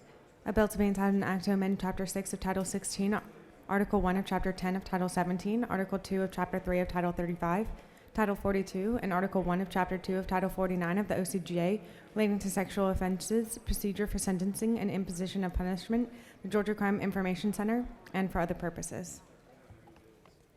The House offers the following substitute to Senate Bill 117, a bill to be entitled an act to amend Chapter 6 of Title 16, Article 1 of Chapter 10 of Title 17, Article 2 of Chapter 3 of Title 35, Title 42, and Article 1 of Chapter 2 of Title 49 of the OCGA relating to sexual offenses and for other purposes. This completes the order, Mr. President. Chair recognizes the pro tem to speak to his motion. Thank you, Mr. President. That GPS tracker in my pocket would work very well. Thank you. As long as you don't share that with my wife. That'd be okay if you did. Ladies and gentlemen of the Senate, I bring to you the substitute for Senate Bill 117. This was the positions of trust individuals who are have inappropriate relationship with children. If there are no questions, I'll yield the well. Thank you, Mr. President. Was not used to you being that quick. Any other senator wish to speak for or against the motion? The chair sees none. The senator from the 49th has moved that the Senate agree to the House substitute to Senate Bill 117. All those in favor vote yea, opposed nay. The Secretary will unlock the machine.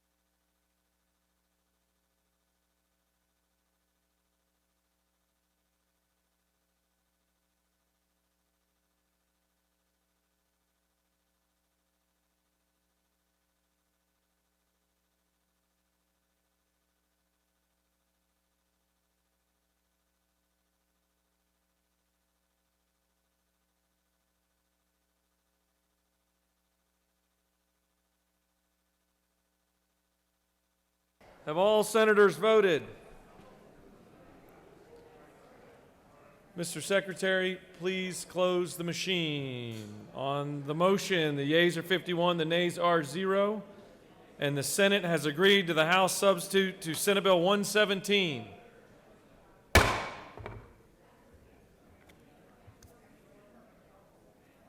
Chair recognizes the senator from the 54th for a motion. Yes, Mr. President, I move that the Senate agree to the House substitute on Senate Bill 220 as amended by the Senate.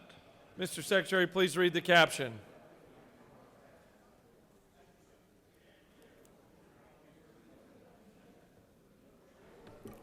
Senate Bill 220 by Senators Payne of the 54th and others, a bill to be entitled an act to amend Article 2 of Chapter 14 of Title 20 of the OCGA relating to Education Accountability Assessment Program so as to create the Georgia Commission on Civics Education and for other purposes.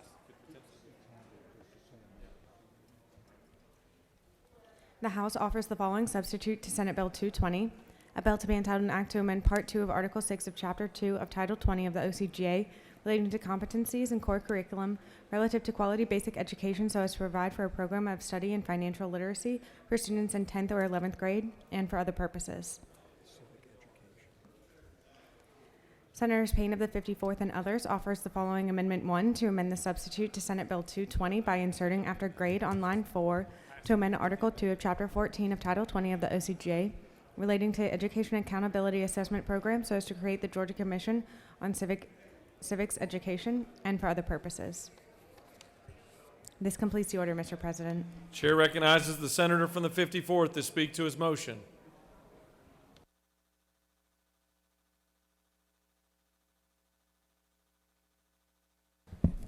Thank you, Mr. President. Friends, on March 5th, this body passed Senate Bill 220, the Georgia Civics Renewal Act, and with large and bipartisan support with 45 to 4. The House has chosen to replace the bill, the language of the bill, with House Bill 681's language relating to teaching financial literacy in our schools. This agreement, as amended by substitute, is to simply add the language of the Georgia Civics Renewal Act back to our Senate bill. Mr. President, if there are no questions, I will yield the well. You have no questions.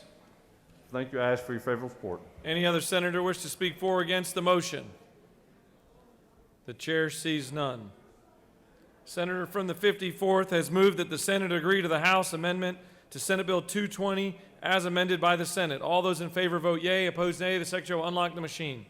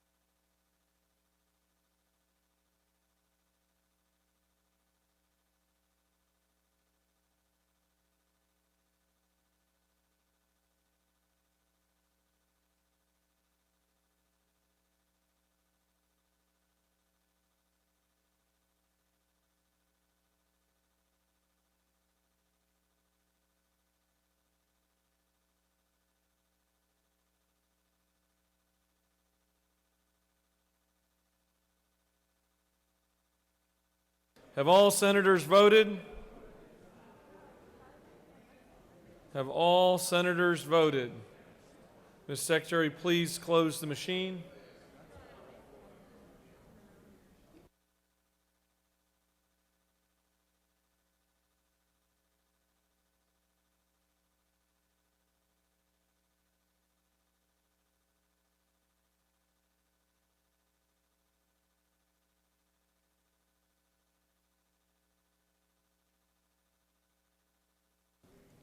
On the passage of the motion, the yeas are 51, the nays are 1. The Senate has agreed to the House amendment to Senate Bill 220 as amended by the Senate.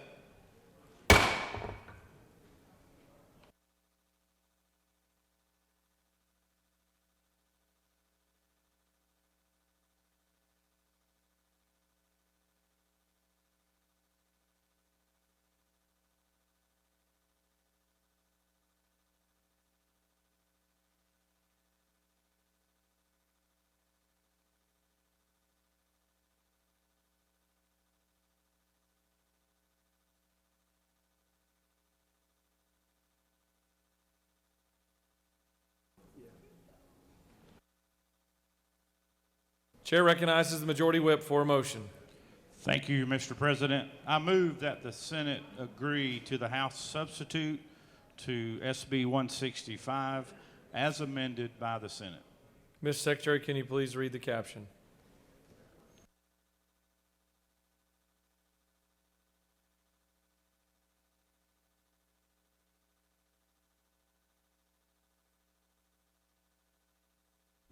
Senate Bill 165 by Senators Gooch of the 51st and others. A bill to be entitled an act to amend Chapter 8 of Title 40 of the OCGA relating to equipment and inspection of motor vehicles so as to exempt fully autonomous vehicles from certain vehicle equipment requirements, to provide for compliance, and for other purposes. The House offers the following substitute to Senate Bill 165. A bill to be entitled an act to amend Code Section 40-2-151 of the OCGA relating to annual license fees for operation of vehicles so as to reduce the registration fee charged to the low-speed alternative fueled vehicles and for other purposes. Senators Gooch of the 51st and others offers the following Amendment 1 to amend Senate Bill 165 by replacing line 5 with the following. Exempt certain autonomous vehicles from certain equipment standards to require the display of a reflective emblem or the use of a strobe light while operating and for other purposes. This completes the order, Mr. President. Chair recognizes the Majority Whip to speak to his motion. Thank you, Mr. President. Colleagues, you've seen this bill earlier this year. It's a simple bill dealing with slow-moving vehicles with a strobe light on top. The changes that were made by the House are on lines 18 and 19. They just simply lower the registration fee for those low-speed vehicles from $200 to $100, and then on lines 59 and 60, it changes where they buy their permit for this machine. Instead of going for the Department of Revenue, they'll be able to do it from their local tax office. And the amendment that you see that was presented to us today by the senators from the 32nd and myself deal with the next level of autonomous vehicles. We want to continue to compete with other states and deploy this technology in Georgia, and that's all this does is complies with the federal guidelines and allowing those vehicles to be sold and used here in Georgia. Mr. President, I'm happy to yield for questions or ask for your favorable You consideration. have no questions. Any other senator wish to speak for or against the motion? The chair sees none. The senator from the 51st has moved that the Senate agree to the House substitute to Senate Bill 165 as amended by the Senate. All those in favor vote yea, opposed nay. The secretary will unlock the machine.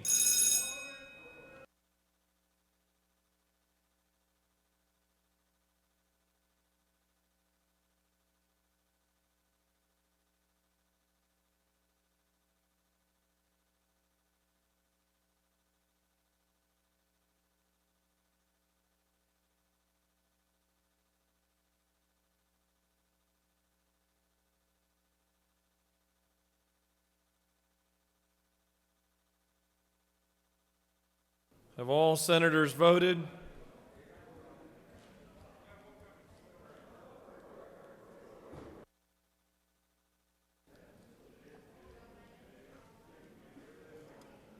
Ms. Secretary, please close the machine. On the passage of the motion, the yeas are 51, the nays are 0, and the Senate has agreed to the House substitute to Senate Bill 165 as amended by the Senate.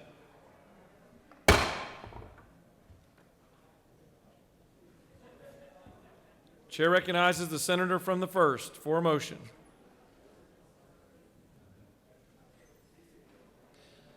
Mr. President, I move that the Senate agree to the House substitute to SB 100.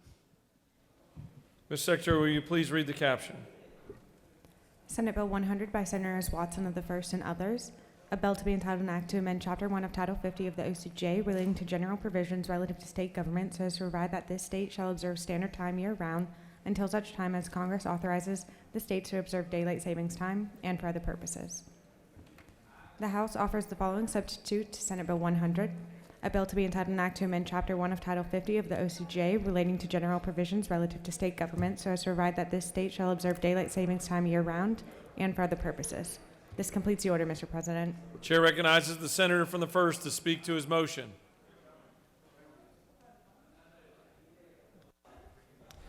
Thank you, Mr. President. I promise this will be the last time I talk about this. I'm going to ask for your favorable consideration. This is for Senate Bill 100. The final resolution is for if Congress ever acts, that's a big if, and I'm getting some thumbs up back there. If Congress ever acts, we would go to daylight savings time year-round. I would ask for your favorable consideration. I think we've talked this enough. We've stirred the pot maybe too much, but I'll ask for your favorable consideration. Thank you. The senator has run out of daylight in the well. Any other senator wish to speak for or against the motion? The chair sees none. Senator from the 1st has moved that the Senate agrees to the House substitute to Senate Bill 100. All those in favor vote yea, opposed nay. The secretary will unlock the machine.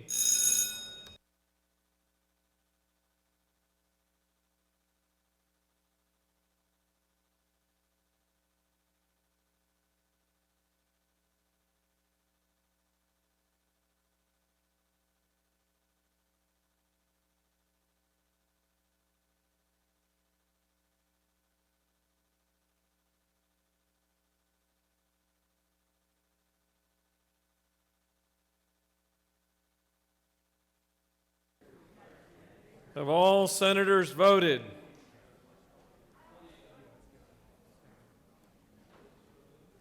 Mr. Secretary, please close the machine. On the passage of the motion, the yeas are 45, the nays are 6, and the Senate has agreed to the House substitute to Senate Bill 100.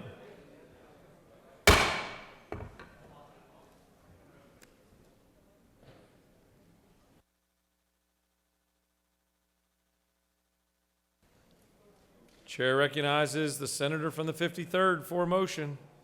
Mr. President, I move that the Senate agree to the House of substitute to Senate Bill 255. Mr. Secretary, will you please read the caption?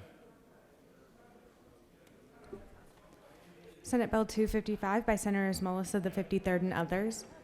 A bill to be entitled an act to amend Chapter 34 of Title 50 of the OCGA relating to One Georgia Authority Act so as to provide for a grant program to support border region retail and tourism projects and for other purposes. The House offers the following substitute to Senate Bill 255. A bill to be entitled an act to amend Chapter 34 of Title 50 of the OCGA relating to One Georgia Authority Act so as to provide for a grant program to support border region retail and tourism projects and for other purposes. This completes the order, Mr. President. Chair recognizes the Rules Chairman to present his motion. Take your time. Keep your composure.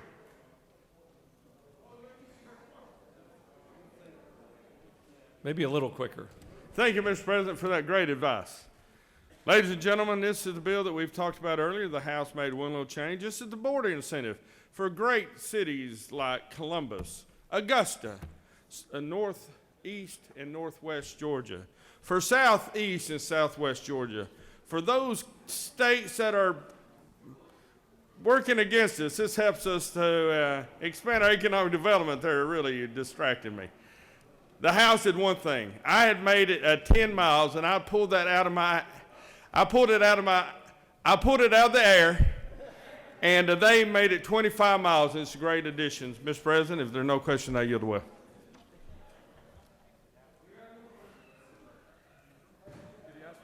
Yes. Are you done already?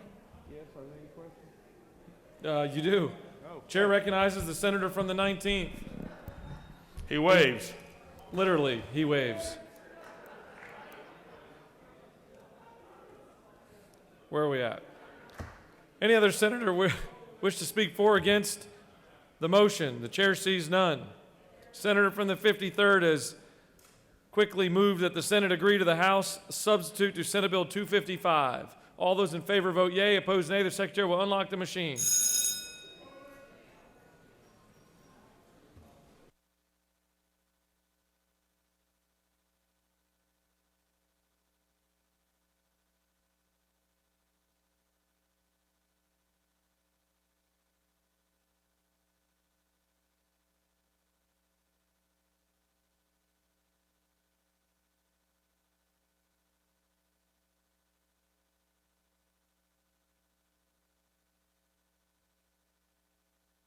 Have all senators voted?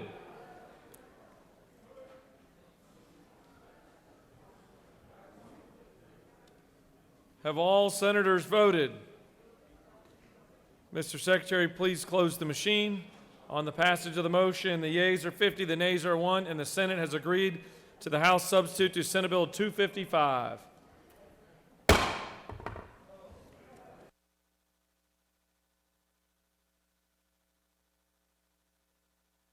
Chair recognizes the senator from the 56th for a motion. Mr. President, I move that the Senate agree to the House substitute to Senate Bill 85. Mr. Secretary, please read the caption.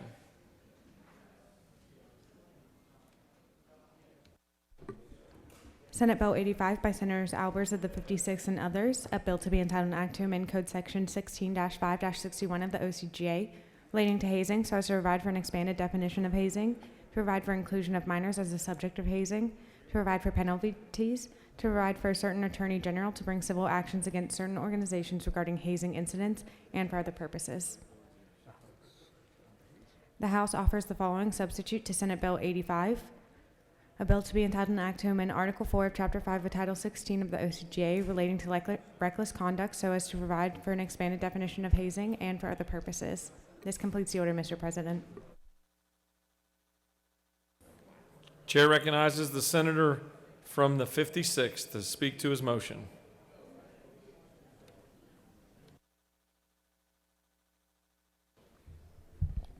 Thank you, Mr. President. Senate Bill 85, the Max Groover Act, has been unanimously passed from the Senate body 2 times. Our friends in the House did make some pretty substantial changes and did take out what I believe to be some very important components of this bill. However, in an effort to continue the process of keeping our children safe, I'm going to ask you to agree to this bill today.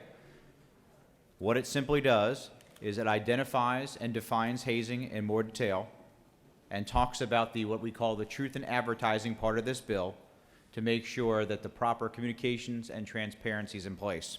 I do want to say to both Steve and Rhiannon Groover, the parents of Max, their family, their friends, and all those that participate in their foundation, that this bill is a down payment on the further work we're going to do next year and the years in the future to make sure we honor Max's legacy and we keep our kids safe. With that, Mr. President, I yield for questions. You have no questions. I yield the well and ask your favorable consideration. Any other senator wish to speak for or against the motion? The chair sees none. The senator from the 56th has moved that the Senate agree to the House substitute to Senate Bill 85. All those in favor vote yea. Opposed, nay. The secretary will unlock the machine.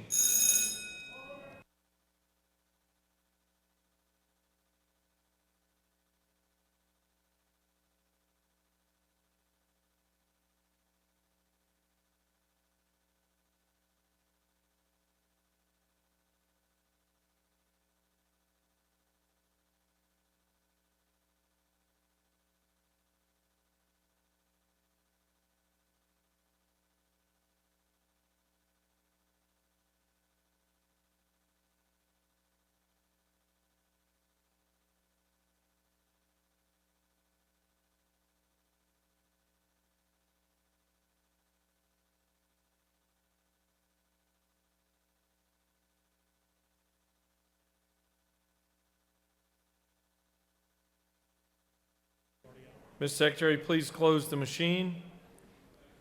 On the motion, the yeas are 51, the nays are 0, and the Senate has agreed to the House substitute to Senate Bill 85.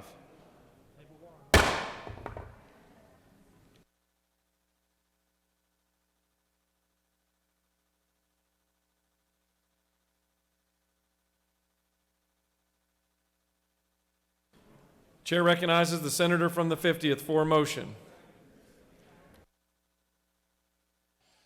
Mr. President, I ask that we remove House Bill 306 from the table. Ms. Secretary, can you please read the caption?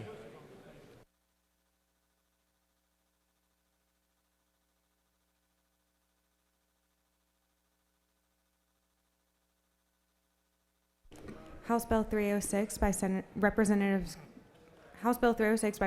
Gunter of the 8th and others. A bill to be entitled an act to amend Part 1 of Article 7 of Chapter 2 of Title 14 of the OCGA, leading to meetings so as to provide that a corporation may hold annual shareholders meetings and special shareholders meetings by means of remote communication and for other purposes. The Senate Committee on Judiciary recommends that this bill do pass by substitute. Respectfully submitted, Senator Strickland of the 17th Chairman.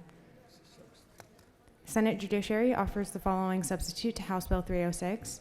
A bill to be entitled an act to amend Title 14 of the OCGA relating to corporations, partnerships, and associations so as to provide that a corporation may hold annual shareholders meetings and special shareholders meetings by means of remote communication and for other purposes. This completes the order, Mr. President. Senator from the 50th has moved that House Bill 306 be taken off the table. Is there objection? The chair hears none, and it is removed from the table. The chair recognizes the senator from the 50th to speak to the measure.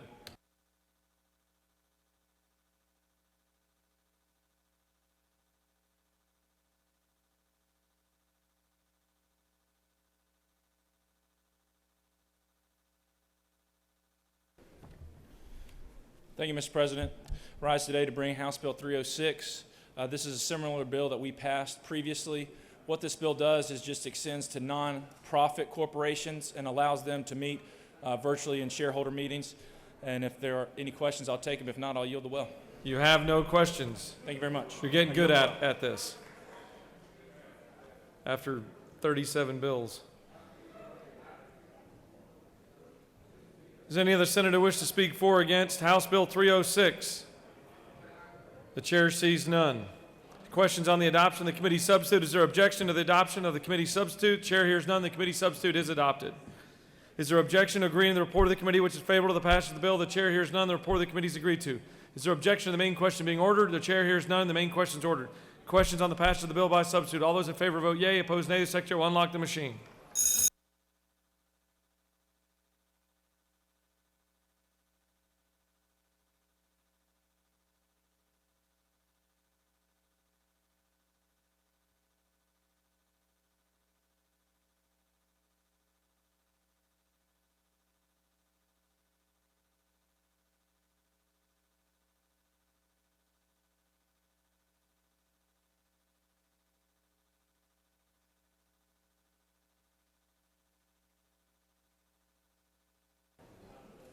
Have all senators voted?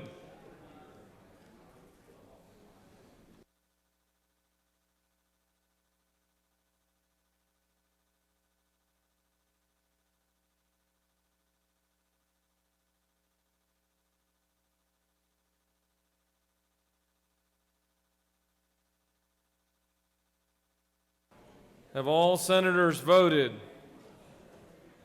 Ms. Secretary, please close the machine. On the passage of the bill, the yeas are 52, the nays are 0. This bill, having received the requisite constitutional majority, is therefore passed by substitute.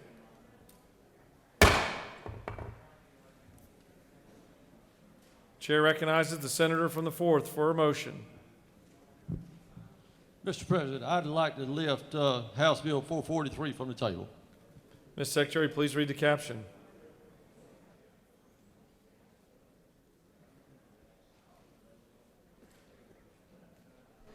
House Bill 443 by Representatives Leverett of the 33rd and others. A bill to be entitled an act to amend Chapter 12 of Title 51 of the OCGA relating to damages so as to provide for new requirements regarding the transfer of structured settlement payments rights, to provide for definitions, and for other purposes. The Senate Committee on Judiciary recommends that this bill do pass by substitute. Respectfully submitted, Senator Strickland of the 17th, Chairman.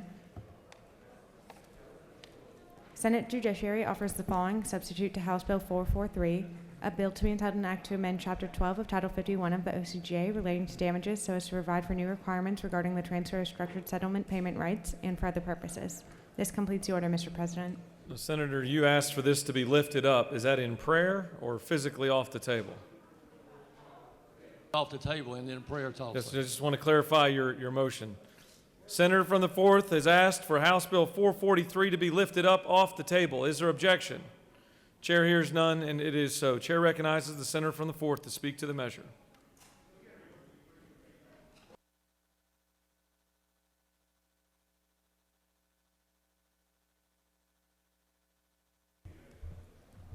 Mr. President, thank you for allowing me to come up here. I am here to speak on House Bill 443, which is the Georgia Structured Settlement Protection Act. This bill was actually passed 161-2 in the House. House Bill 443 is very important legislation that protects our great Georgia folks who settle claims on a structured basis over time instead of a lump sum. It ensures that if a person needs to convert from payments to a lump sum later, that they will not be taken advantage of by the dishonest person. This bill prevents the dishonest person from taking advantage of the disadvantaged. When we refer to structured settlements, we're talking about third party buying the right to receive payments under a structured settlement agreement, either for the remainder of the payout or for a portion thereof. It is important to note that House Bill 443 does not regulate or restrict the terms of the structured settlement agreement. When the plaintiff settles the case, it regulates the process to sell into the structured settlement. Persons who entered into the structured settlements are generally in some sort of dire strait. They have been injured, sometimes catastrophically, and may have lost a loved one or both parents. The need to sell the structured settlement may be unexpected cost of medical care, purchase a new handicapped van, or other worthwhile need. And in some of my research, I found out that you may think that banks rely on this to loan money, but banks will not take structured settlements in consideration on making loans. That's why it's important to be able to enter into a settlement agreement. Every case is different, but the point is that these persons might be vulnerable with someone who proposes to buy the settlement on a cheap basis. Let me give you some example of some disclosures that are in this new House Bill 443. Very important. Effective discount rate. Thank you. Structured settlement recipient has a right to cancel the transaction at any time before it goes to court. Structured settlement recipient has a right to seek and receive independent counsel. And approval for application for approval is brought in the county that the recipient lives in. Mr. President, I ask for favorable treatment of House Bill 443, and I yield the will. You had a question from the chairman of the Trial Lawyer Caucus. Oh, Lord have mercy. He waves. Thank you. You're welcome. Any other senator wish to speak for or against the measure? The chair sees none. Questions on the adoption of the committee substitute. Is there objection to adoption of the committee substitute? The chair hears none. The committee substitute is adopted. Is there objection to agreeing the report of the committee which is favorable to the passage of the bill? The chair hears none. The report of the committee is agreed to. Is there objection to the main question being ordered? Chair hears none. The main question is ordered. Question on the passage of the bill by substitute. All those in favor vote yea. Opposed nay. The secretary will unlock the machine. For what purpose does the pro tem rise? Parliamentary inquiry, Mr. State President. that inquiry. We'd like for the gentleman from the 4th to repeat lines 17 and 18, if you wouldn't mind. On page 1 or 17? Page 17. He waves. For what purpose does the distinguished senator from the 19th rise? Parliamentary inquiry, Mr. President. State the inquiry, sir. Mr. President, is it not true that this is a bill in case you have a structured settlement and need cash now? All the chair knows is that when you heard the word settlement, you pushed your button. Any other parliamentary inquiries? Chair recognizes the pro tem for a follow-up. He can always use that structured settlement for a down payment. Mr. Secretary, please close the machine.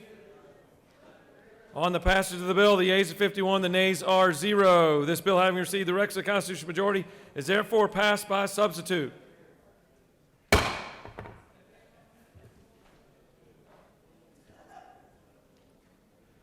Chair recognizes the senator from the 17th for a motion.